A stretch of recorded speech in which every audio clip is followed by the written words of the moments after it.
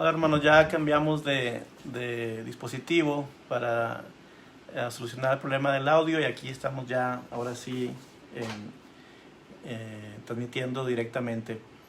Quiero rogarles que me hagan el favor de abrir su Biblia en el Evangelio de Juan, capítulo 3. Vamos a estudiar hoy el Evangelio de Juan, capítulo 3, versículos 16 al 36. Así que les ruego que vayan ahí a su Biblia, Evangelio de Juan, capítulo 3, versículos 16 hasta el 36. Déjenme hacer un cambio aquí. Vamos a ver. Ahí está. Evangelio de Juan, capítulo 3, versículos 16 al 36. Entonces voy a dar lectura y por favor síganme ahí con su vista. Recuerden que yo les solicito siempre tener a su mano su Biblia, pero además una libreta para que puedan tomar apuntes de lo que vamos a ver el día de hoy. Yo les decía la semana pasada que para mí este es quizá uno de los pasajes que más me agrada. Toda la Biblia nos debe agradar, aun aquellos que nos parecen menos interesantes, como las genealogías que son interminables y que de pronto dice tal engendró a tal y tal engendró a tal y tal engendró a tal, y como que no le haya mucho sentido a la genealogía, pero también son importantes. Sin embargo, este pasaje del Evangelio de Juan, capítulo 3, me parece de suma importancia, y siempre que alguien comienza a leer la Biblia, yo le sugiero que lea el Evangelio de Juan. ¿Por qué? Porque el Evangelio de Juan, el apóstol trata de dar el mensaje de salvación. No trata de convencer a judíos, trata de convencer a cualquier persona de que tenga una comunión con Dios, porque Jesús nos vino a dar vida eterna. Entonces siempre recomiendo que si vas a leer la Biblia y quieres empezar por un libro sencillo, yo pido que lean el Evangelio de Juan, como para mí personalmente sería la mejor opción para alguien recién convertido que no maneja bien la Biblia, que no sabe todavía cómo estudiar la palabra de Dios, que empiecen por el Evangelio de Juan. Bueno, vamos a abrir la Biblia en el capítulo 3 del Evangelio de Juan y vamos a leer del versículo 16 hasta el 36. Me sigue ahí con su vista, por favor. Dice: porque de tal manera amó Dios al mundo, que ha dado a su Hijo unigénito, para que todo aquel que en él cree no se pierda, mas tenga vida eterna. Porque no envió Dios a su Hijo al mundo para condenar al mundo, sino para que el mundo sea salvo por él. El que en él cree no es condenado, pero el que no cree ya ha sido condenado, porque no ha creído en el nombre del unigénito Hijo de Dios. Y esta es la condenación, que la luz vino al mundo, y los hombres amaron más las tinieblas que la luz, porque sus obras eran malas. Porque todo aquel que hace lo malo aborrece la luz y no viene a la luz, para que sus obras no sean reprendidas. Mas el que practica la verdad viene a la luz, para que sea manifiesto que sus obras son hechas en Dios. Después de esto vino Jesús con sus discípulos a la tierra de Judea, y estuvo allí con ellos y bautizaba. Juan bautizaba también en Enón, junto a Salim, porque había allí muchas aguas, y venían y eran bautizados, porque Juan no había sido aún encarcelado. Entonces hubo discusión entre los discípulos de Juan y los judíos acerca de la purificación. Y vinieron a Juan y le dijeron: Rabí, mira que el que estaba contigo al otro lado del Jordán, de quien tú diste testimonio, bautiza y todos vienen a él. Respondió Juan y dijo: no puede el hombre recibir nada si no le fuere dado del cielo. Vosotros mismos me sois testigos de que dije: yo no soy el Cristo, sino que soy enviado delante de él. El que tiene la esposa es el esposo, mas el amigo del esposo, que está a su lado y le oye, se goza grandemente de la voz del esposo. Así pues, mi gozo está cumplido. Es necesario que él crezca, pero que yo mengüe. El que de arriba viene es sobre todos, el que es de la tierra y cosas terrenales habla, el que viene del cielo sobre todos, y lo que vio y oyó, esto testifica, y nadie recibe su testimonio. El que recibe su testimonio, este atestigua que Dios es veraz, porque el que Dios envió, las palabras de Dios habla, pues Dios no da el Espíritu por medida. El Padre ama al Hijo y todas las cosas las ha entregado en su mano. El que cree en el Hijo tiene vida eterna, pero el que rehúsa creer en el Hijo no verá la vida, sino que la ira de Dios está sobre él. Bueno, este pasaje está tremendo, es un pasaje de mucha revelación, en el sentido, perdónenme, de cómo Dios nos ha revelado su salvación y su Salvador, que es exclusivamente Jesucristo. Y empezamos este estudio con el versículo clave que muchos han denominado como el corazón de la Biblia, que es Juan 3:16. Yo quiero que usted ahí donde está, en el coche, en la casa, en la oficina, bueno, en el coche no, porque pues, cómo va manejando, bueno, pero puede estar oyendo, ¿verdad?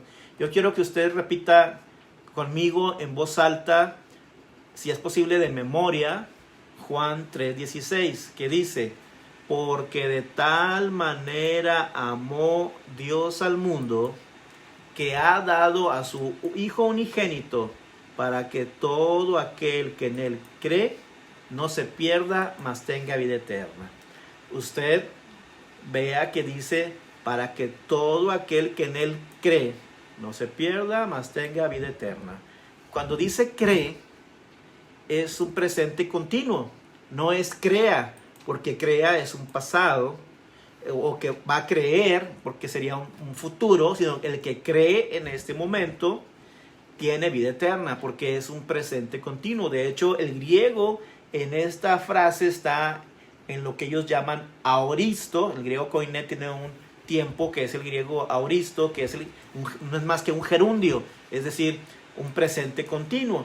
Y aquí está diciendo que todo aquel que en él cree, ¿no? Aun cuando hayan pasado 2000 años de la muerte de Jesús o del nacimiento de Jesús, el que cree en Jesús, ese es salvo.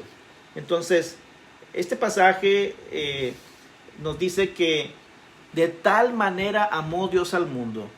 Y yo hace mucho hice una pregunta y yo les decía: ¿cuánto mide el amor?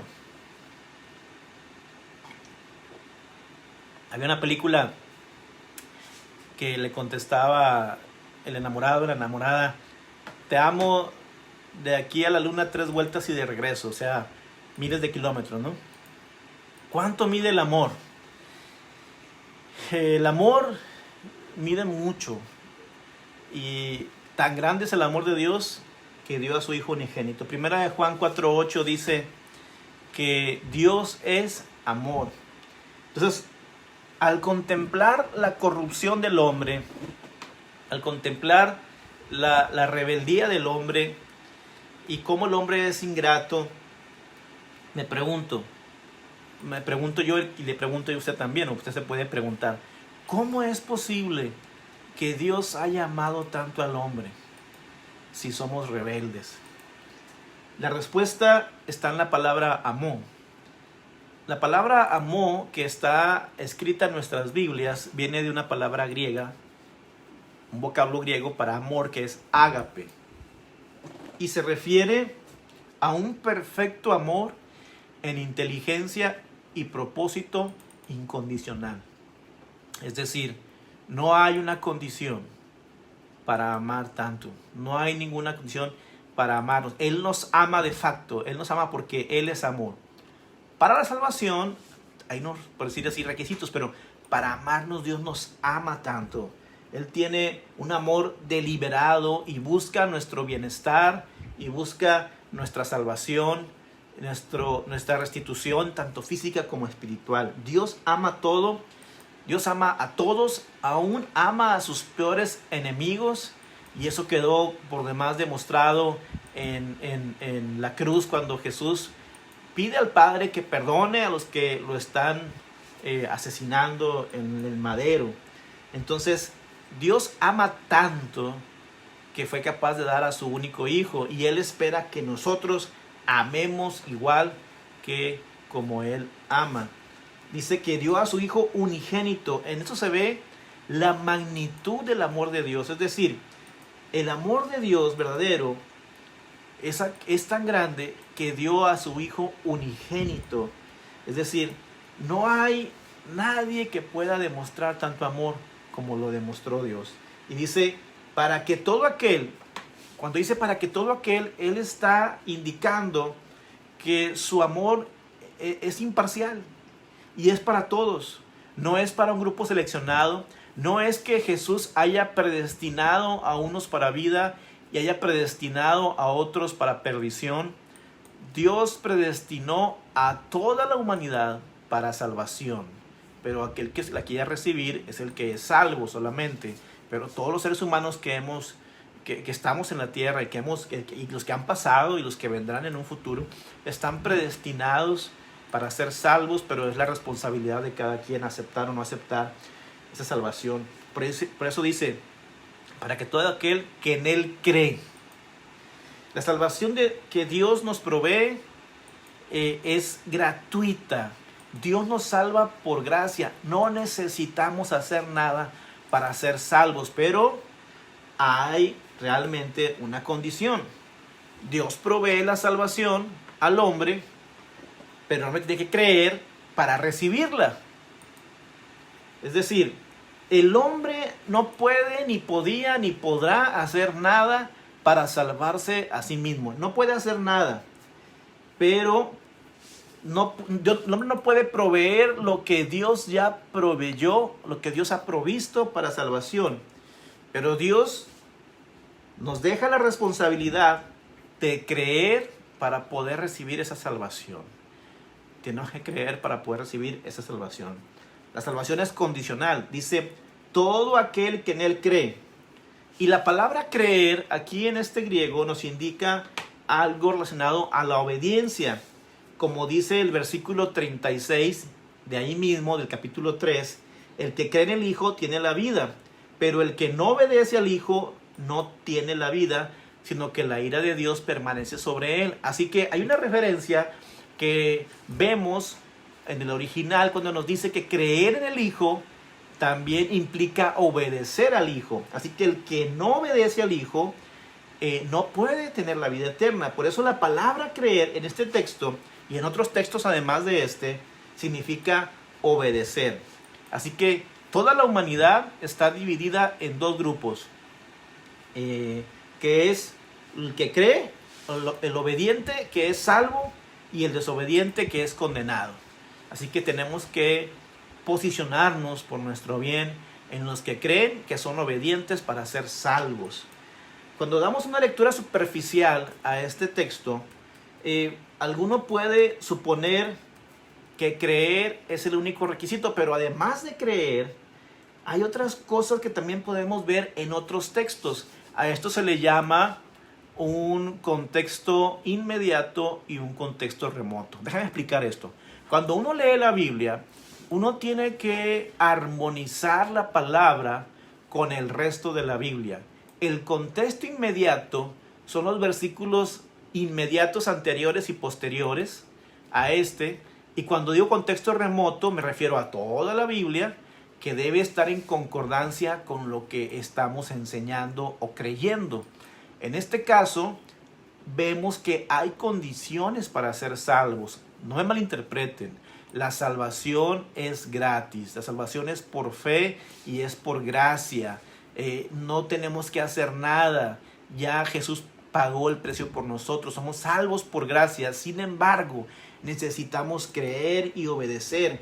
Si usted lee en Juan 5:25, dice, los que la oyeren vivirán. Entonces ahí el oír parece ser un requisito. Luego Romanos 10:13 dice, todo aquel que invocar el nombre del Señor será salvo. Entonces parece ser que invocar es un requisito.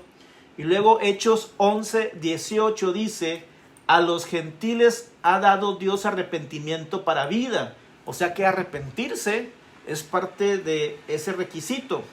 Romanos capítulo 10, versículo 10 dice, con la boca se confiesa para salvación. Es decir, la confesión es parte del proceso de la salvación. Al leer estos textos es fácil reconocer que el creer implica obediencia, implica confesión, implica oír, implica arrepentimiento, implica invocar el nombre del Señor y todo lo que ya les he estado comentando. Entonces, Dios provee la salvación para que nadie se pierda, para que todos tengamos vida eterna. Y esta expresión aparece 17 veces en el Evangelio de Juan. Para que nadie se pierda, mas tenga vida eterna. Este versículo podemos decir que es como el corazón de la Biblia, o el texto de oro de la Biblia, o el centro de la Biblia. Versículo 17 dice: porque no envió Dios a su Hijo al mundo para condenar al mundo, sino para que el mundo sea salvo por él. Cuando Cristo vino al mundo, el hombre ya estaba condenado. La condición del hombre es condenado. Es decir, no se trata de que Dios condene al mundo. El mundo ya está condenado. Entonces, Cristo no viene a condenar, porque la condición del hombre es estar condenado. De hecho, si usted lee, y se puede ilustrar esto en la parábola de la oveja perdida, nos habla de una oveja que está condenada, que está perdida. Igual la moneda perdida, igual el hijo pródigo. En Lucas capítulo 15 podemos ver estas historias. El pastor quería encontrar a su oveja perdida porque estaba condenada a perderse. La mujer quería encontrar su moneda perdida. Y el padre quería que su hijo pródigo volviera. ¿Por qué? Porque son una imagen de Dios y Dios es amor. Y no quiere que ninguno perezca, dice segunda de Pedro, capítulo 3, versículo 9. No quiere que ninguno perezca, sino que todos procedan al arrepentimiento, que vengan al conocimiento de su voluntad, dice primera de Timoteo 2:4, para ser salvos. Esta verdad merece mucha atención y tenemos que ser muy enfáticos que Cristo ahora es nuestro abogado. Cristo ahora es nuestro Salvador. Actualmente Cristo no es un fiscal que está en nuestra contra para condenarnos y sacar nuestros pecados, sino que ahora Él está como abogado intercediendo, abogando por nosotros, válgame la redundancia. De hecho, los que están condenados se condenan solos, pero el buen médico, el maestro, el buen pastor viene ahora en este momento para darnos vida eterna. Así que Él es ahora nuestro abogado. El versículo 18 del Evangelio de Juan, capítulo 3, dice: el que en Él cree no es condenado, pero el que no cree ya ha sido condenado, porque no ha creído en el nombre del unigénito Hijo de Dios. El término unigénito significa primero y único. Se refiere a la relación personal que existe entre Dios Padre y Dios y Jesucristo Dios, ¿verdad? Entonces, Él era el único Hijo de Dios por naturaleza o por omnisciencia o por sustancia, y el primero y el único. Los demás somos adoptados como hijos de Dios. Y vuelve a decir el versículo, es decir, repite que no es que Dios condene, sino que el hombre ya está condenado en sí mismo. Versículo 19 del capítulo 3 de Juan: y esta es la condenación, que la luz vino al mundo, y los hombres amaron más las tinieblas que la luz, porque sus obras eran malas. Qué interesante y trascendental versículo número 19 del capítulo 3 del Evangelio de Juan. Dice que la condenación consiste en que el hombre quiere vivir en oscuridad para que sus obras, que por supuesto son malas, no sean descubiertas, porque la luz, cuando la luz brilla, todo se evidencia, todo está a la vista, y entonces estamos desnudos y la gente, o Dios puede ver más bien, cuál es nuestra condición. Entonces, cuando usted haya escuchado acerca de gente que se considera atea, mi propuesta, mi tesis es que la gente realmente sabe que Dios existe, lo percibe, lo siente en su corazón, pero no les conviene creer en el Dios que de hecho ya creen en Él, pero no les conviene confesar a ese Dios porque no quieren que sus obras sean descubiertas, porque les gusta vivir en pecado, y como no quieren dejar su pecado, pues no vienen a la luz. Entonces no es que haya realmente ateos, lo que pasa es que hay gente que no quiere ser descubierta, no quiere evidenciar su vida. Y cuando hablo de tinieblas, hablo no solamente de pecado sexual o de los vicios, hablo de la ignorancia, de la superstición, hablo de la obstinación, de la indiferencia, no solamente aquellos pecados rimbombantes que todos criticamos, sino aquellos pecados incluso que son indiferentes, como no me gusta estudiar la Biblia, no me gusta conocer a Dios, no me gusta vivir en santidad. De esos pecados hablo, no solamente de un pecado muy grave como el adulterio o como la drogadicción o yo no sé qué cosa, pero hablo de pecados incluso de no reconocer a Dios en nuestra vida. Jesús no se refiere solamente a las borracheras o a los homicidios o a los adulterios, sino también a las tinieblas religiosas o a las tinieblas intelectuales. Por ejemplo, los fariseos, los saduceos, los escribas, los ancianos, los líderes del pueblo de Israel estaban en tinieblas, dice la Biblia, porque resistían a Cristo y porque resistieron a los apóstoles, porque se opusieron al evangelio y por lo tanto amaron más las tinieblas que la luz. Versículo 20 del capítulo 3 del Evangelio de Juan. Porque todo aquel que hace lo malo aborrece la luz y no viene a la luz, es lo que estaba diciendo, para que sus obras no sean reprendidas. ¿Y qué pasa cuando alguien no viene a la luz? Ya dijimos que vive en pecado y que como vive en pecado, no quiere venir a la luz. Pero además de eso, además de vivir en pecado, ellos aborrecen la luz, es decir, hablan en contra de la luz. Es decir, critican a la luz. Dicho de otra forma, tratan de ridiculizar, desprestigiar a Cristo y a los cristianos. Es decir, tratan de desatender a las iglesias y decir que son falsas y que no tienen ninguna certeza científica para comprobar que Dios existe. Y eso es una falacia de verdad por demás ignorante, porque la ciencia misma no se puede probar a sí misma. Es una ignorancia en la que nos han envuelto en las universidades y en las escuelas diciendo que Dios no se puede comprobar, que la Biblia no se puede comprobar y por lo tanto no existe. Y eso es una aberración, porque incluso la misma ciencia batalla para comprobar científicamente sus supuestos. Por ejemplo, la evolución no puede ser comprobada. La evolución es una fantasía, es una alegoría, es realmente una falacia, porque para que haya ciencia, dentro de los muchos aspectos que se toman en cuenta, están al menos 3 que yo recuerdo, que son observación, experimentación y repetición.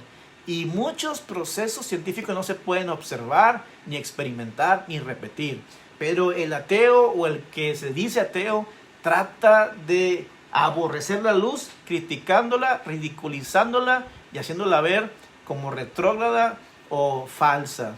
Pero los que estamos en luz sabemos que Cristo es más real aún que nosotros. Versículo 21. Mas el que practica la verdad viene a la luz para que sea manifiesto que sus obras son hechas en Dios. Es decir, todo aquel que ama y practica la verdad y la justicia no tiene ningún temor de venir a Cristo. Por el contrario, es su mayor deseo. ¿Por qué? porque como dice Pablo a Timoteo, es un obrero que no tiene de qué avergonzarse. Así que para aquel que ama la luz, es importante estar cerca de la luz. Es importante estar cerca de Jesucristo. Es un deseo glorioso poder verle. Yo recuerdo a mi hermana Ramoncita, que he hablado de ella ya muchas veces, que me decía, sus últimos años me decía, yo ya me quiero ir, ya quiero ver a mi Salvador. Claro, ella nunca atentó contra su vida, pero el hecho es que aquel que ama a Cristo realmente no tiene que esconderse, sino que está totalmente dispuesto y deseoso de estar en la presencia de Dios. No así el que vive en tinieblas. Versículo 22 del capítulo 3 del Evangelio de Juan. Después de esto vino Jesús con sus discípulos a la tierra de Judea y estuvo allí con ellos y bautizaba. Jesús bautizaba y también Juan bautizaba. El bautismo practicado por Jesús y practicado por Juan era una preparación para recibir después la salvación. Ellos decían, arrepentidos porque el reino de los cielos se ha acercado. Esa era su predicación. Era un bautismo para arrepentimiento y perdón de pecados, porque el templo no estaba funcionando como tal, o aunque funcionaba, era totalmente contrario a lo que Dios había establecido como un arrepentimiento sincero. Ya el sacrificio no era suficiente porque era mecánico, y Dios pedía un acto de fe y de amor y de sinceridad, y por eso Jesús predicaba el arrepentimiento igual que Juan el Bautista. Versículos 23 y 24 del capítulo 3 del Evangelio de Juan dice: Juan bautizaba también en Enón junto a Salim, porque había allí muchas aguas, y venían y eran bautizados, porque Juan no había sido aún encarcelado. El ministerio de Juan el Bautista, porque acuérdense que son dos Juanes, Juan el Bautista y Juan el discípulo. El que escribe este evangelio es el discípulo, el apóstol, y el que bautizaba era Juan el Bautista. El ministerio de Juan el Bautista empezó antes que el ministerio de Jesús. Después de su bautismo, Jesús se fue al desierto a prepararse, orar y ayunar, donde fue tentado, y luego comenzó, después de su preparación en el desierto, su ministerio Jesús. Pero anunciaban el mismo mensaje, que el reino de Dios se había acercado, y los dos bautizaban a mucha gente para perdón de pecados. Marcos 1.14 dice, si quiere ir ahí a su Biblia, Marcos 1.14 dice: después que Juan fue encarcelado, Jesús vino a Galilea predicando el evangelio del reino de Dios. Es decir, Jesús estaba también en el ministerio de la predicación y bautizaba. Y Juan y Jesús predicaron tanto en Judea como en Samaria como en Galilea.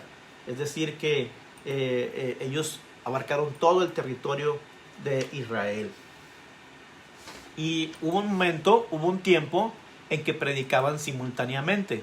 No en el mismo lugar, pero tanto Juan el Bautista como Jesús predicaban simultáneamente el reino de los cielos.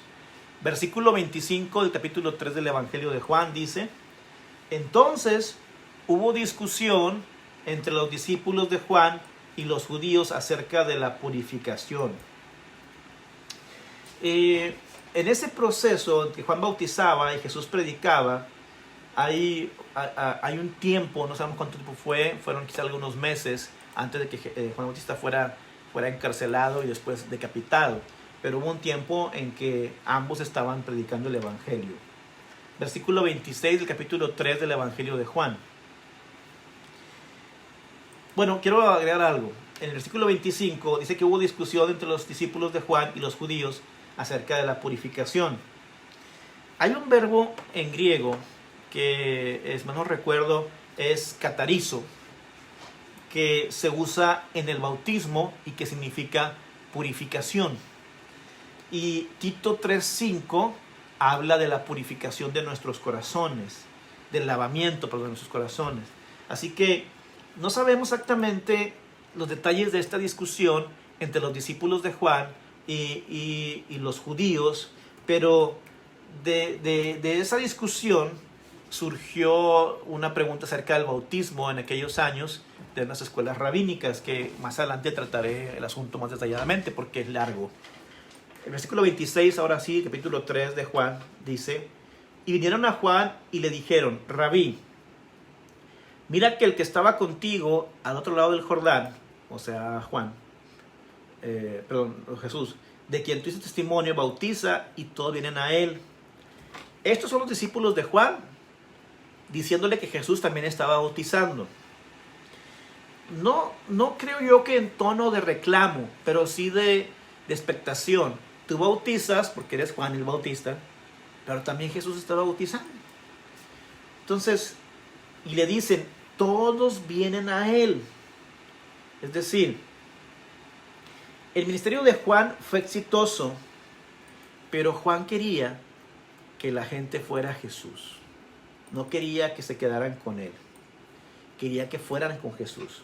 De hecho, el versículo 27 que sigue dice: respondió Juan y dijo: no puede el hombre recibir nada si no le fuere dado del cielo. Juan entendía claramente cuál era su papel que tenía que desempeñar, lo aceptaba y estaba llevándolo a cabo. Juan no se hacía una expectativa de algo que él no era o que no se le había mandado a hacer.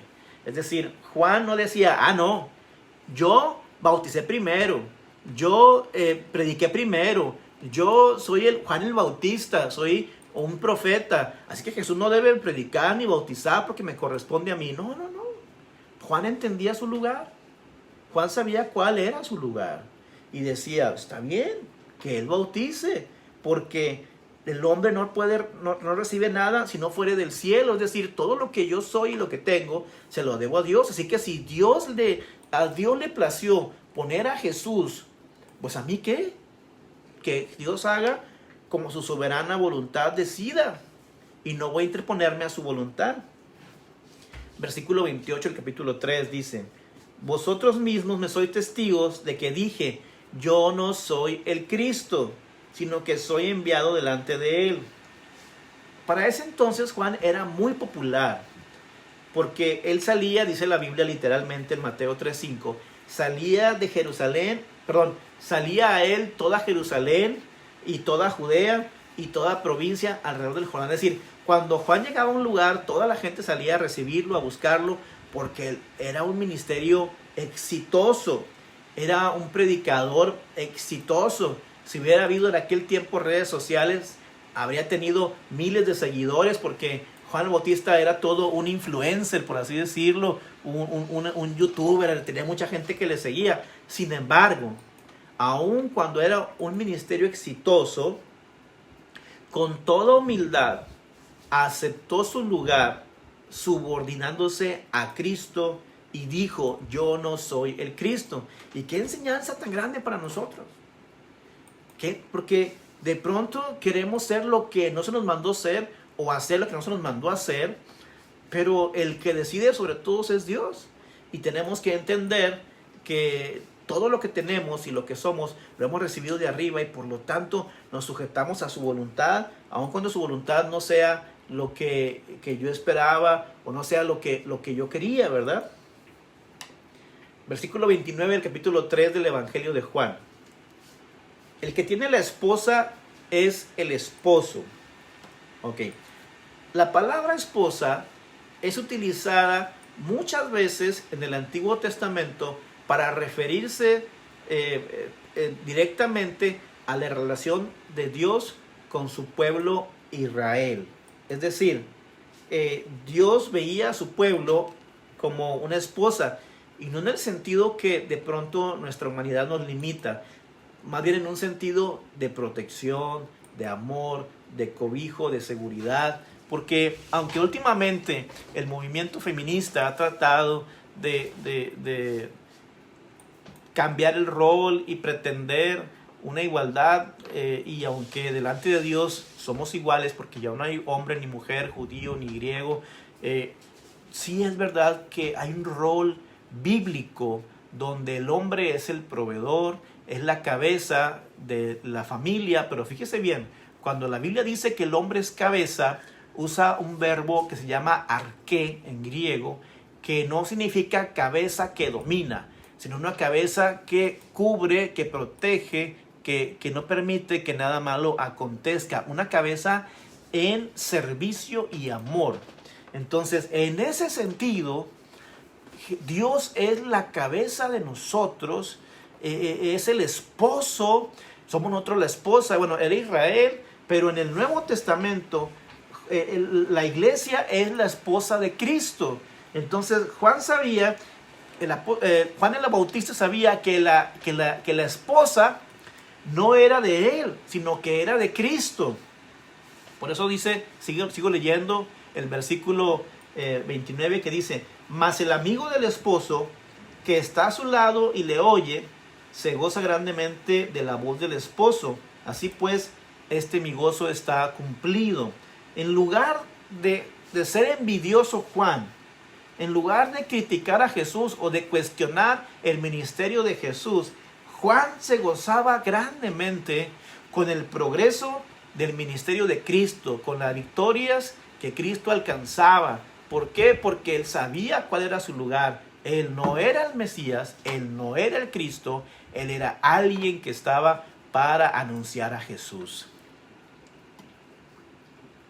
Versículo 30 del capítulo 3 del Evangelio de Juan.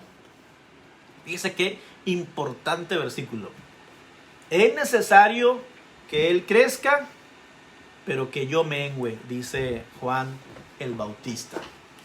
Este dicho demuestra la grandeza de Juan. Con toda humildad quería exaltar a Cristo. Por eso yo creo que Jesús dijo en Mateo 11:11, no hay otro profeta como Juan. Juan es el más grande de todos los profetas nacidos de una mujer.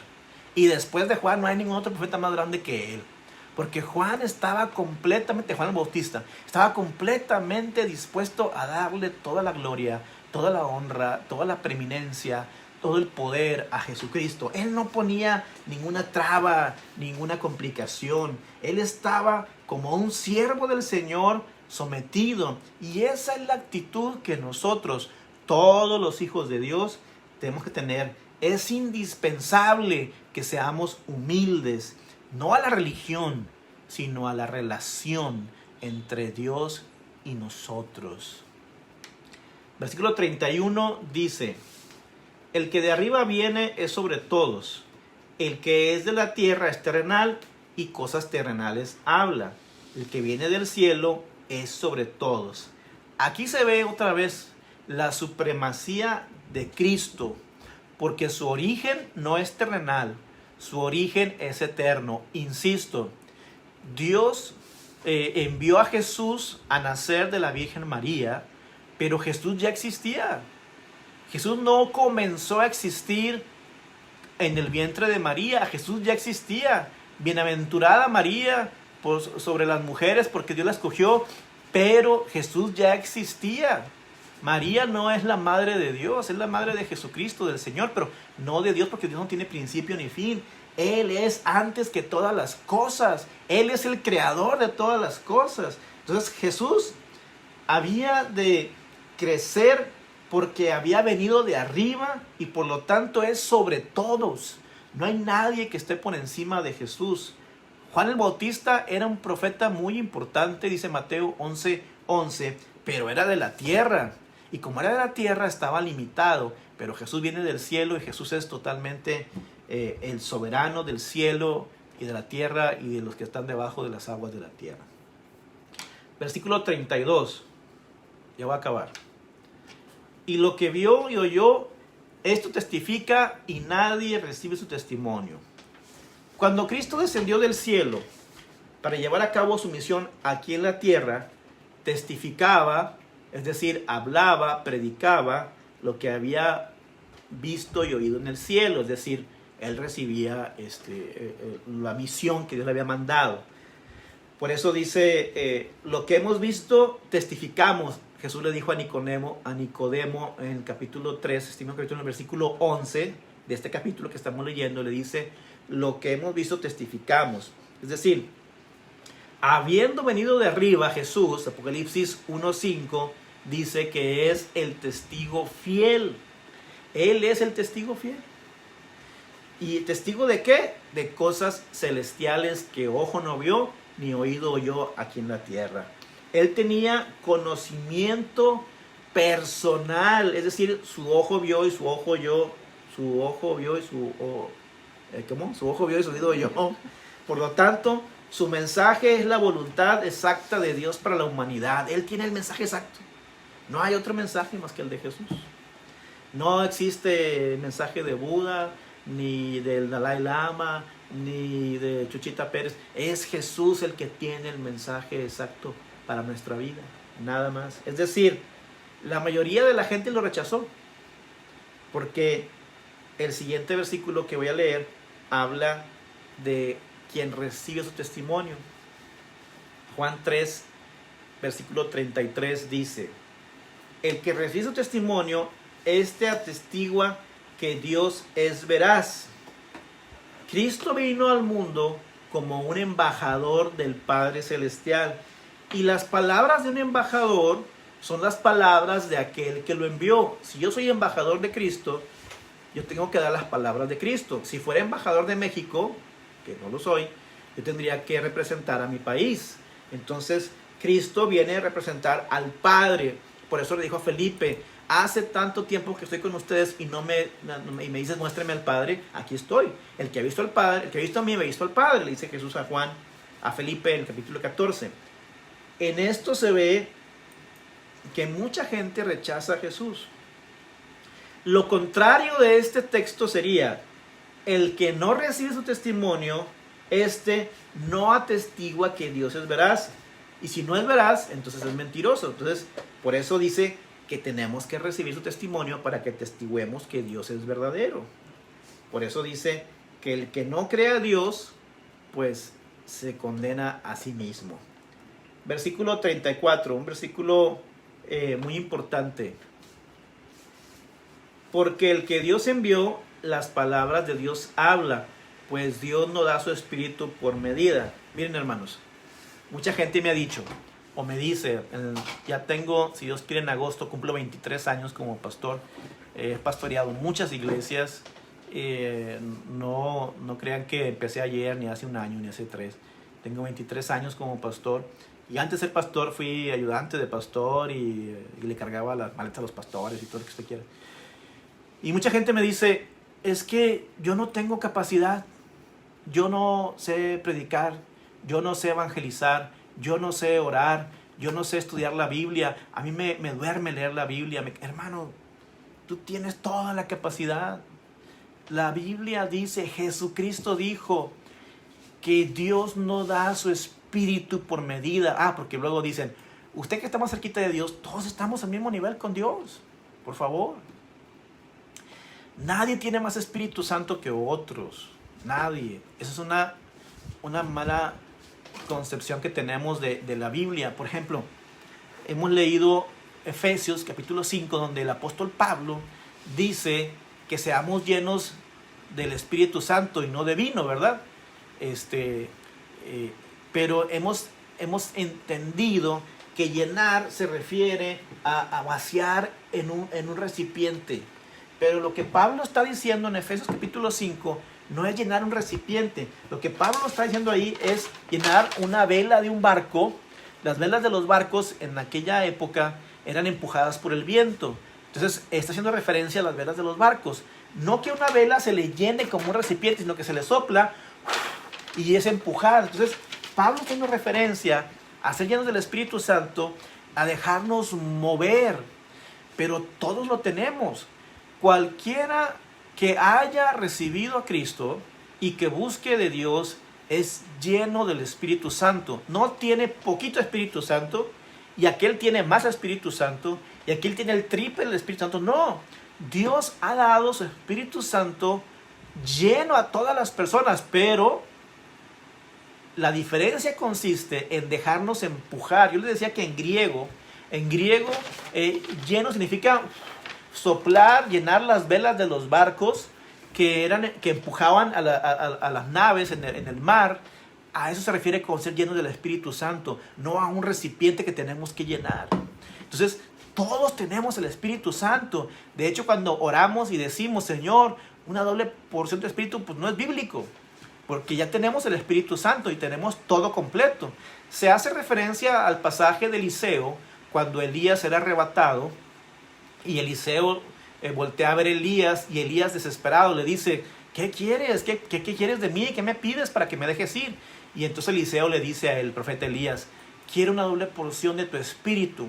Pero si vamos al hebreo de ese pasaje de Reyes, nos está hablando de su carácter, de su carisma, de su temperamento, no del Espíritu de Dios, sino de su temperamento personal, de su carácter. Entonces, ahí se refiere a una doble porción de la temerosidad, de la fiereza, de la determinación que tenía Elías, que degolló 850 profetas en el arroyo de Sison, pero no a doble Espíritu Santo. Y aquí Juan 3:34 nos confirma, como dice Efesios capítulo 1, versículo 13, Efesios 1:13, que aquel que se acerca a Dios, Dios le sella con el Espíritu Santo, que son las arras de una promesa de boda, es decir, de unión entre Cristo y la iglesia. Versículo 35 del capítulo 3 del Evangelio de Juan. El Padre ama al Hijo y todas las cosas ha entregado en su mano. Como investigadores de la palabra de Dios, como un criminólogo investiga, como un abogado investiga, tenemos que ver de dónde es la fuente de Jesucristo. La fuente de Jesucristo es Dios Padre. Dios le dio a Jesucristo su Hijo todo el poder y le ha entregado todas las cosas en su mano. Jesús es Dios Todopoderoso, es la segunda persona de la Santísima Trinidad, Padre, Hijo y Espíritu Santo. Y Él como Hijo se le han entregado todas las cosas en su mano. Todo lo que el Padre hace, el Hijo también lo hace. Todo el juicio dio Dios a su Hijo, le dio autoridad sobre todas las cosas. Tiene vida en sí mismo. La gloria que el Padre tiene se la dio a Jesucristo. Las palabras del Padre se las dio a Jesucristo. Todas las cosas, dice Mateo, fueron entregadas por mi Padre, dice Jesucristo. Así que por eso en Mateo 28:18 Jesús dijo, toda potestad me es dada en el cielo y en la tierra. Por tanto, id a hacer discípulos a todas las naciones. Jesús es empoderado por el Padre. Jesús es revestido por el Padre. Jesús, en Jesús están sujetas todas las cosas, porque al Padre Celestial le plació darle toda la autoridad a Jesucristo. Él es la cabeza de la iglesia. Ante Él, dice Filipenses capítulo 2, versículo 11, que todos los seres, todas las personas que están en el cielo y en la tierra y debajo de las aguas de la tierra, se van a inclinar ante Jesucristo y confesarán que Él es Dios para gloria del Dios Padre. Por último, versículo 36 del capítulo 3 del Evangelio de Juan. El que cree en el Hijo tiene la vida, pero el que rehúsa o el que no obedece creer en el Hijo no verá la vida, sino que la ira de Dios está o permanece sobre él. Qué difícil, qué versículo tan difícil. Y tenemos que decir la verdad bíblica. No podemos escudarnos en suavizar el mensaje de la palabra. Este texto muestra claramente que el creer en Cristo equivale a obedecer a Cristo y viceversa, obedecer equivale a creer. No puede ser que tú creas en Cristo de acuerdo a lo que te enseñaron, a tus tradiciones, a tus decisiones o convicciones personales. Yo no puedo pararme delante de un juez y decirle, señor juez, atropellé a una persona, pero mi convicción es que yo puedo atropellarla y no merezco cárcel. Yo no puedo pararme delante de un médico y decirle, tú dices que tengo cáncer, pero mi convicción es que yo estoy sano. No, tenemos que ir a las leyes. Y aquí nos dice la palabra que el que no obedece y no cree en Jesús está condenado. Entonces, ambos verbos, obedecer y creer, en griego están en un tiempo como el español gerundio, en un presente continuo. Es decir, no expresan solo un acto, sino un estilo de vida. Todo aquel que no quiere creer continuamente, que no quiere obedecer continuamente, es decir, un estilo de vida, un presente continuo, está condenado. Y cuando el pueblo de Israel se rebeló contra Dios, Dios les dijo, ¿hasta cuándo van a creer? Le dice también por boca de Josué, ¿hasta cuándo claudicaréis entre dos pensamientos? Por Elías en 1 Reyes capítulo 18 le dice, ¿hasta cuándo claudicaréis entre dos pensamientos? Y Josué, en Josué 24:15 les dice, no sé qué van a hacer ustedes, pero yo en mi casa buscaremos al Señor y creeremos en el Señor y seguiremos y obedeceremos al Señor. Entonces, este texto claramente demuestra que la frase no creer significa no obedecer. Entonces oramos el Padre Nuestro a veces y decimos, santificado sea tu nombre. Pero santificamos el nombre de Dios cuando escuchamos su palabra y obedecemos su palabra. Santificar el nombre de Dios no solamente repetir una oración, es escuchar y obedecer la palabra de Dios. Y dice muy claro que la ira de Dios permanece sobre aquellos o está sobre aquellos que no obedecen. Dios permanece como un padre que protege sobre aquellos que sí obedecen, que sí creen, que sí escuchan. Dice que están en el hueco de su mano y que Él es la propiciación por nuestros pecados. Él es nuestro Salvador. Es un evangelio de misericordia, es un evangelio de amor y de paz. Pero los que rechazan el evangelio también rechazan la misericordia de Dios, rechazan el cuidado de Dios, rechazan la protección de Dios, rechazan ese amor que tiene Dios para nosotros, y entonces la ira de Dios permanece sobre ellos. Así que en cuanto a seguir a Cristo, o decirse cristiano, o decirse creyente, o creer que tienes fe, o que tienes religión, no hay términos medios. O obedeces a Jesús de acuerdo a su palabra o no lo obedeces. Jesús dijo, el que no está conmigo está contra mí. El que no recoge desparrama. No hay términos medios. O sigues a Jesús conforme lo dice su palabra o no lo sigues. Hay solamente dos categorías de personas. Los que creen en Cristo y lo obedecen y los desobedientes. Nada más. No hay más. Hay solamente dos caminos. Dice Mateo capítulo 7, versículos 13 y 14 y 24 y 27. Hay solamente dos caminos, el ancho y el angosto. Hay solamente dos maneras de construir tu casa, la casa de la vida, en la arena o en la roca. Hay solamente dos destinos, dice Mateo 25, 31 al 46. O la presencia de Dios u otro lugar. ¿Qué es lo que tú vas a decidir? Este capítulo 3 del Evangelio de Juan es muy concluyente, es muy desafiante y es muy claro. Si tú quieres tener una reconciliación con Dios, ser verdaderamente un cristiano, ser un hijo de Dios, un creyente, si tú quieres ir a la presencia de Dios cuando tu vida se acabe en esta tierra, solamente hay un camino y es Jesucristo. Y aunque la senda es angosta y el camino es estrecho, es el camino que lleva a la vida eterna. Porque el camino que lleva a la perdición es ancho. Ahí haces lo que te dé tu regalada gana. Pero en este camino, en el camino del Señor, es angosto, estrecho. Es decir, es difícil, se sufre, pero al final es un camino de vida. Es un camino de salvación. Así que la decisión es tuya. Tú decides si sigues o no a Jesucristo.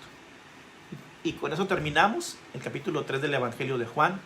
El próximo martes estaré compartiendo el capítulo 4 del Evangelio de Juan.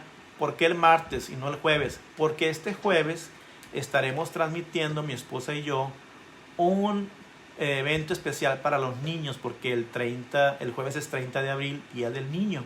Así que este jueves a las 7:30 de la tarde, todos los que tengan niños, ya sea hijos, nietos o sobrinos, dígales que se conecte, o usted ayúdelos a conectarse para que escuchen la clase especial para los niños, jueves 30 de abril.